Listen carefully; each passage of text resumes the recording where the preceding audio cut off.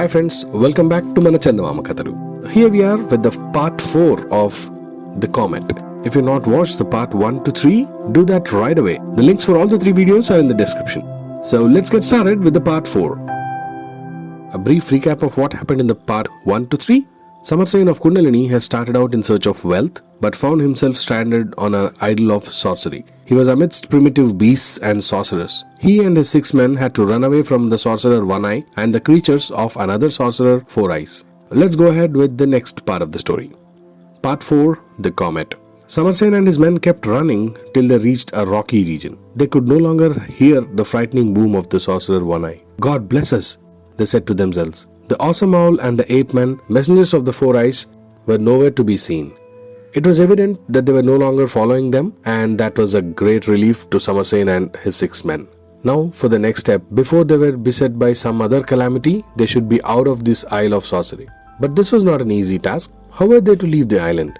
In which direction would they go? Where are their ships? Were the ships safe and the men in them? In which part of the island were Samarsen and his men now? All these questions had to be answered. In the thick jungle that covered the island, sense of direction was completely lost. Everywhere there were mountains, tall trees and thick creepers spreading over trees like a close net. Unless they knew east to west or north to south, they could not even plan where to go. While Samarsen was lost in his doubts, he saw the sun peep through the clouds. This helped him guess which part of the island they have reached. "This is west," Samarsen told his men. "We are now on the western side of the island. Our ships lie on the east coast. That is the present position. We must reach the east coast as best we can," said one of the men as he considered opinion. "Easier said than done," sighed Samarsen. "There is no straight path to the east coast. There are all sorts of dangers in the way. We must cross the hills, the forests, and above all, face ferocious primitive beasts. Our destination lies beyond all these." Seeing their leader sigh in despair, the men were quite disheartened. Samarsen sensed this. "But we will make it," he said sternly. "At any cost, we will reach our ships. Of course, there will be difficulties. To face them, we have our swords and the blessings of Mother Kundalini, our greatest armor. It has protected us till now and will do the same going ahead. Come on, men, follow me." Hardly had Samarsen taken a few steps when he suddenly stopped, cautioning his men to be quiet. All of them saw a sight which could make even the bravest of men shiver. A huge python was noiselessly crawling down the tree towards a couple of leopards which were not aware of the danger approaching them. The python suddenly lunged forward and gripped one of the leopards in its fangs and threw its coil around it in an iron grip. The second leopard was scared and ran off. But instead of running away altogether, the second leopard returned back and jumped at the python with great force. "Let us proceed. We should avoid falling victims to such dangers," said Samarsen to his men. They proceeded further through a marsh. This place was covered with sediments brought down by the mountain streams and rivers. The whole place was overgrown with tall grass and bamboo thickets. They made their way through the tall grass, very carefully watching out for any danger. As usual, Samarsen was in the lead. He was inspiring his men with his courage. "It looks to me," he said, "there must be plenty of water around here. Possibly a lot of animals come here to drink, but these animals are not likely to be as dangerous as the wild ones." These words were hardly uttered when they saw a rhinoceros emerge out of the tall grassy bushes. The men began to look around for the way to escape. "It may be dangerous to run away," Samarsen warned his men, eyeing the beast. "Draw your swords and stand behind me in a line." The rhinoceros looked up at the men, snorted and pawed the ground, grunting fiercely.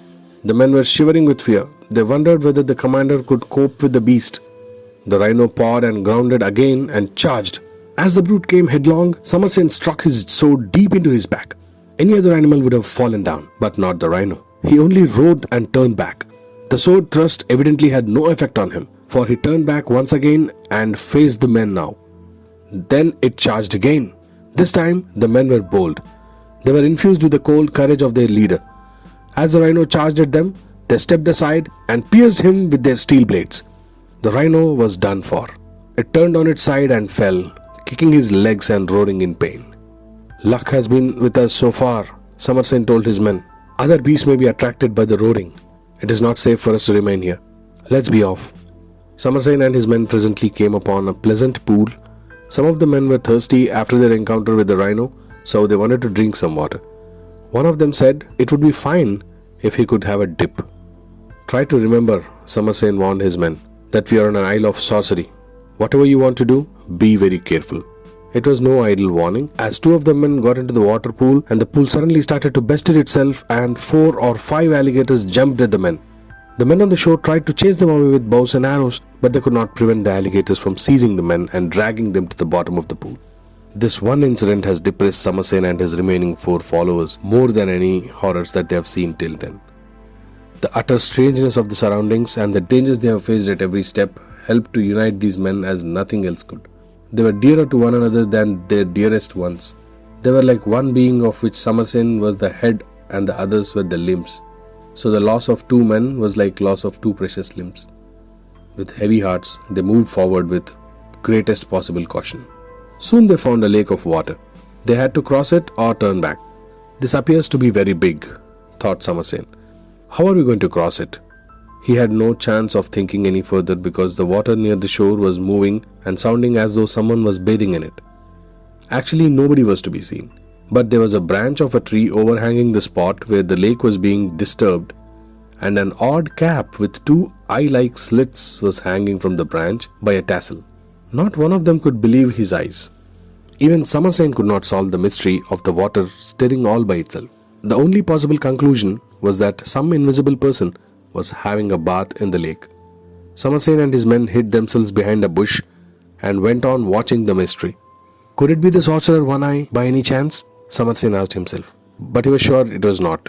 For one thing, the cap hanging on the branch could not be that of One Eye. Or could it be of the other sorcerer? Suddenly some sort of chanting reached their ears from the lake. The voice was rough and bold. Whoever he is an uncommon fellow, Samarsen concluded. While Samarsen and his men were preoccupied with the invisible bather, a snake-like head rose from behind the bushes on the shore of the lake, and an unimaginably huge creature several times bigger than a huge elephant came into their view. It has a long neck and a head far too small for its body. This queer creature lowered its tiny head to the spot where the water was astir, and the men hiding behind the bushes were watching it with fascinated horror. It was obvious that the giant creature was here to drink some water. There was a fierce shout apparently made by the invisible person. At the same moment, the odd cap hanging from the branch slipped down. The next moment, a man was seen standing in the water and wearing the cap. At the sight of the man, the giant reptile got so frightened that it ran away in panic. Ah, my dear big tummy, you want to gobble me up? You think 4 eyes is such an easy morsel? Ha ha ha, said the man standing in the lake, looking in the direction of the giant creature. Hearing those words, Samarsen and his followers shook with uncontrollable dread. How can we escape this 4 eyes who is the deadly enemy of One Eye? This 4 eyes must be aware that I tried to kill his owl, Samarsen wondered. That brings us to the end of part 4. Samarsen and his 6 men have started to explore the island, found the sorcerers, and in this journey they lost 2 of their men. Now they are stuck between the One Eye and the 4 eyes. Not sure which of the sorcerer is more powerful than the other and who is going to lose. And would they be safe at all? Let's find out in the next part of the Comet, the part 5. If you like this video, please do press the like button and do share it with all your friends, and do subscribe to my channel. And please do not forget to hit the bell icon so that all the notifications of the new stories come onto your YouTube app. Thank you. Bye.